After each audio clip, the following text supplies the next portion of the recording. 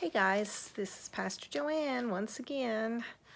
Since we can't meet, I'm going to talk to you a little bit today. I'm inside again because it is cold outside. If you're like me, you wish this weather would make up its mind because I love the sunny days when it's warm enough to get out and to do things outside. And then I feel even more restricted when I have to stay inside the house and I can't go outside because I love to get out and walk and do all sorts of things outside. But anyway, the subject I thought I would talk about a little bit today is why. You know, a lot has been going on lately and we all have a lot of whys. And why, I'm not going to answer the question why, because I don't have the ability to answer why. And I don't have the knowledge to understand why God never always answers our questions why. Because why seems to be on everybody's vocabulary right now. You know, why is this happening? Why is that happening? You know, why is this person sick? Why did this person die? Why am I having to go through this? Why am I sad? You know, why has been around ever since Adam and Eve first questioned God. And that's all I can say about that subject. You know, when they were in the Garden of Eden, they never physically said it to God's face, but when the serpent came to Eve and he tempted her to eat of the forbidden fruit, basically what ran through her mind as she listened to the arguments of the devil was, you know, God, why shouldn't I eat this? You know, the serpent saying it's going to make me wise. And I'll be like you, so why shouldn't I do this? And you know, ever since Adam and Eve fell in the Garden of Eden, why has been the question on everybody's minds. Some people refuse to follow God because they don't get their whys answered. Some people will follow God for a while, but then when something happens that they don't understand and they cry out, why God, why did this happen? You know, they'll run from God because sometimes God doesn't answer the question why in the way that we think it needs to be answered. I firmly believe why, when we start asking God for whys, really does go back to the garden. Because if they had never questioned what God had said, if that why had never popped into their mind, why not? Why shouldn't I do this? Sin would have never entered into this world, and we would have never had death or coronaviruses or suffering or sadness. We would have lived in a perpetual relationship with God, perpetual prosperity, a perpetual peace and happiness, because we would have been in God's perfect plan and God's perfect will as a whole human race, as a whole world. Every nation, every tribe, every tongue would have been walking in the presence of God. We would have been walking in unity with God. And the whys that Adam and Eve started asking in their minds and with their actions would never have tainted this world as we know it. Now, that's not saying that sometimes I don't wonder why things happen. And I know I talked earlier in one of my other messages about how the Bible says it's going to rain on the just and it's going to rain on the unjust. And that's true because we live in a world that has been tainted by sin. And until the day of redemption, we're going to have to deal with issues that we don't understand. The thing I want to talk to you about is because I know our whys are never going to get totally answered. And in case you think, well, you know, you're a minister, your life's been going great ever since you were 8 years old and you gave your life to Jesus, you've never had any problems. You know, that's not the truth. Just here recently, since the coronavirus has happened. I've had a child that has had surgery. I have had a brother that was literally hospitalized and is still in the hospital. Fortunately, he is healing, and he has got a few more weeks, and then he can hopefully come home to his family. But you know, he was dealing with the COVID-19 virus and almost lost his life during this process. I also have lost two very good dear friends, not to the virus, but to other medical conditions during this time. So I've had a lot of whys that have tried to plant themselves in my mind. But one of the things that I have discovered about faith is not really true faith if you always get the answers that you want. You know, sometimes you're not going to get the answers that you want, and that's when real faith kicks in. Real faith kicks in when you say, okay, God, I don't have to know the reason why. I don't have to understand the reason why. I just believe that you will work everything that is happening out for my good and for your glory and for your purposes, because he sees the whole big picture. And I know this probably isn't the answer that everybody is wanting to hear, but that's what true faith is. True faith is saying, God, I don't have to understand. I just know that you are with me. As I was thinking about this today and thinking about the question why, you see, why is such a little word. It's a small word. And the whys that run through our mind try to make us feel small if you think about it. Every why that we've ever had has the answer. You know, we want the answer because without the answer, we feel like we can't make it. We feel like without the answer to all of our whys that we're not significant. You know, God doesn't want us to live our life hiding behind a word like why. I think the word that God wants us to live by during these times is through. He wants to take us through.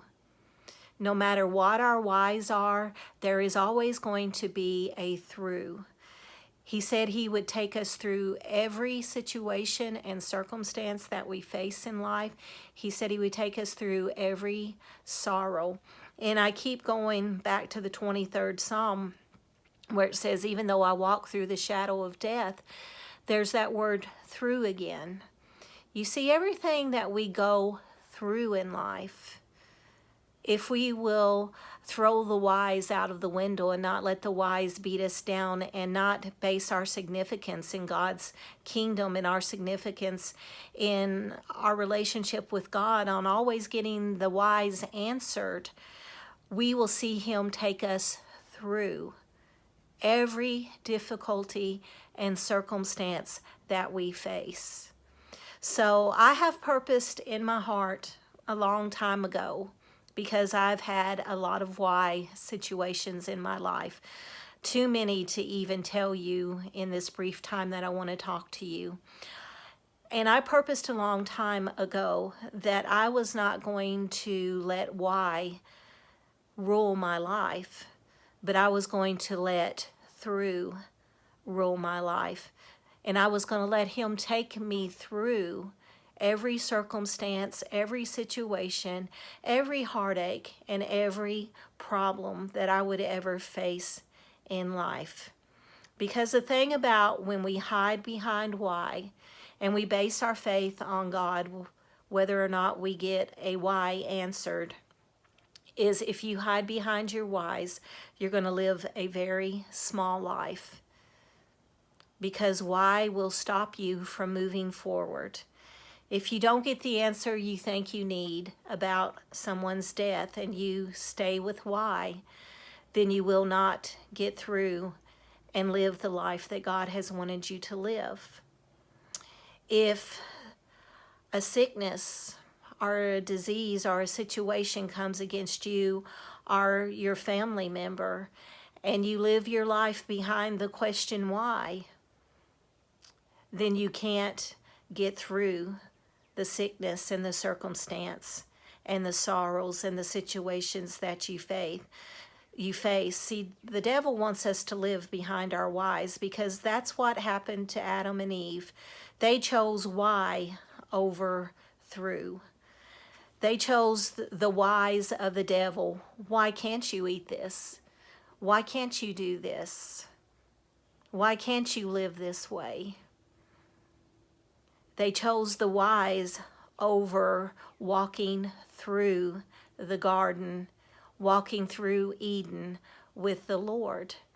So do not, guys, during this time that we're having to process so many differences and we're trying to figure out our futures, do not get stuck behind the word why.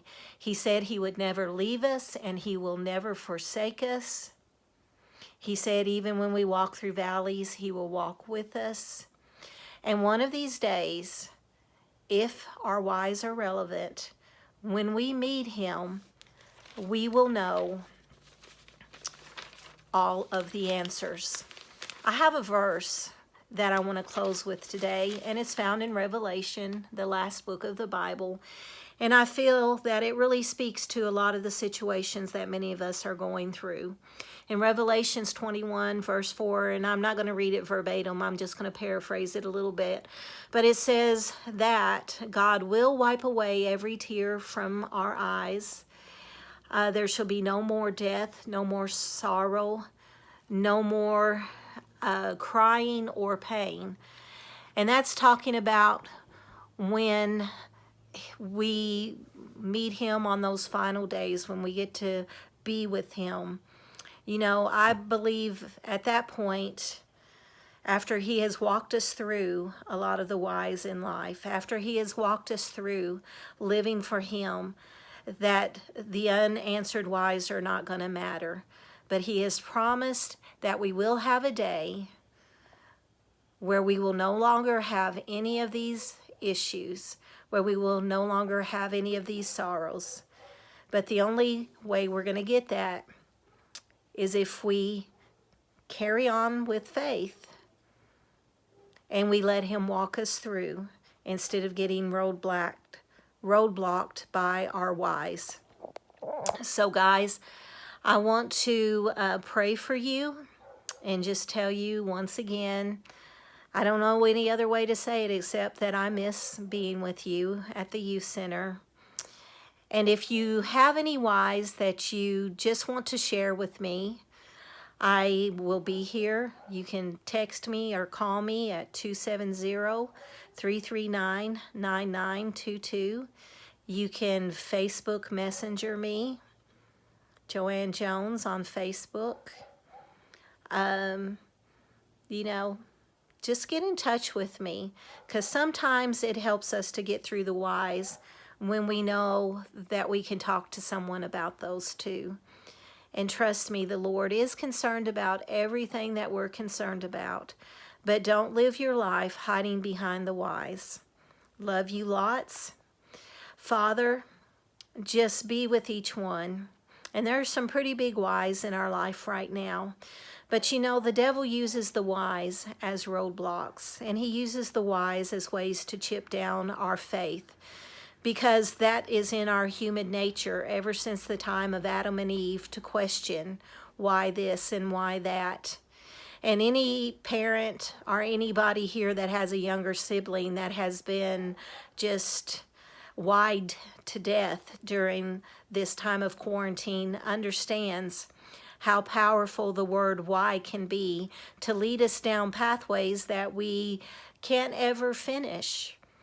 But God, you said you would lead us through, and I choose to take the through with you over any of the whys that Adam and Eve, or any of the whys that the devil would want me to use to hide myself from you.